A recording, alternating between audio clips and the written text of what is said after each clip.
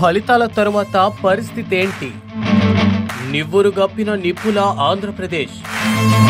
ఫలితాలపై నిఘా వర్గాల హెచ్చరికల వెనుక ఎన్నో శేష ప్రశ్నలు.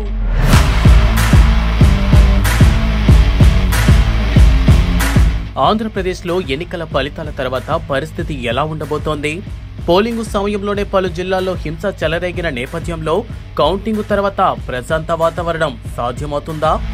రాష్ట్రంలో రెండు ప్రధాన పార్టీలు నువ్వా నేనా అన్నట్లుగా భావిస్తున్న ఈ నేపథ్యంలో శాంతి భద్రతల పరిరక్షణపై పోలీసు యంత్రాంగం ప్లానింగ్ ఎలా ఉంది? నిఘా వర్గాల హెచ్చరికల నేపథ్యంలో ఎలాంటి చర్యలు తీసుకుంటున్నారు అన్నది ఇప్పుడు ఆసక్తికరంగా మారింది. ఏపీలో ఈసారి ఎన్నికల్లో నమోదైన భారీ పోలింగు శాతంపై దేశమంతా చర్చించుకుంటోంది. అదే సమయంలో పోలింగ్ రోజు మొదలైన హింసాత్మక ఘటనలు 3 రోజుల పాటు కొనసాగడం కూడా చర్చనీయాంశంగా మారింది.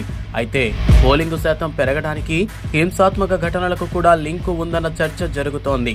తమ అభిమాన పార్టీలకు ఎలాగైనా గెలిపించుకోవాలన్న పట్టుదల పోలింగు శాతం పెంపుతో పాటు హింసకు కారణమైందన్నది రాజకీయ విశ్లేషకుల మాట.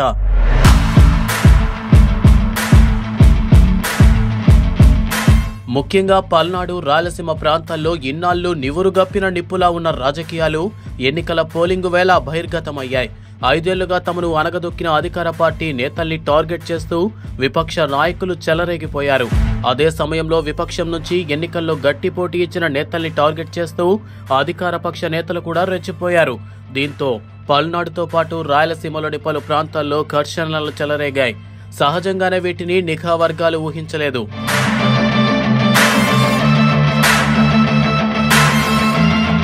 ఎన్నికల పోలింగ్తో అంతా ముగిసిపోయిందని నిఘా వర్గాలు చేతులు దులుపుకున్నాయి. దీంతో 5 జిల్లాల్లో ఎన్నికల తదనంతర హింస చెలరేగింది. చివర్లో మేల్కొన్న పోలీసులు ఈసీ హెచ్చరికలతో రంగంలోకి దిగి నేతల్ని హౌస్ అరెస్టులు చేశారు. అయితే ఇప్పటికీ పరిస్థితి నివురుగప్పిన నిప్పులాగే ఉందని తాజాగా అందుతున్న నిఘా హెచ్చరికలు స్పష్టం చేశాయి. ముఖ్యంగా ఫలితాల తర్వాత మరోసారి హింసాత్మక ఘటనలు జరిగే అవకాశం ఉందన్న నిఘా హెచ్చరికల వెనుక కీలక కారణాలు కనిపిస్తున్నాయి. నువ్వా నేనా అన్నట్లుగా సాగిన ఎన్నికల్లో రేపు ఎవరో ఒకరు గెలవడం ఖాయం. కానీ పథకాలపై అధికార పార్టీ, ప్రభుత్వ వ్యతిరేకతపై విపక్షాలు భారీగా ఆశలు పెట్టుకున్నాయి.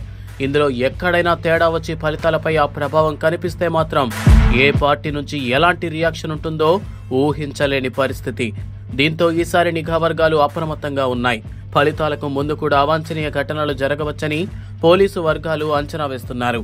హోరాహోరీగా సాగిన ఎన్నికలు రేపు తేడా వస్తే జీర్ణించుకోలేని పరిస్థితుల్లో అన్ని రాజకీయ పార్టీలు ఉండటమే కారణంగా తెలుస్తుండగా, నెల రోజుల పాటు ఏపీలో శాంతి భద్రతలను కట్టుదిట్టం చేసే దిశగా అటు ఎన్నికల కమిషన్, ఇటు పోలీసు శాఖ పక్కాగా వ్యూహరచన చేస్తోంది.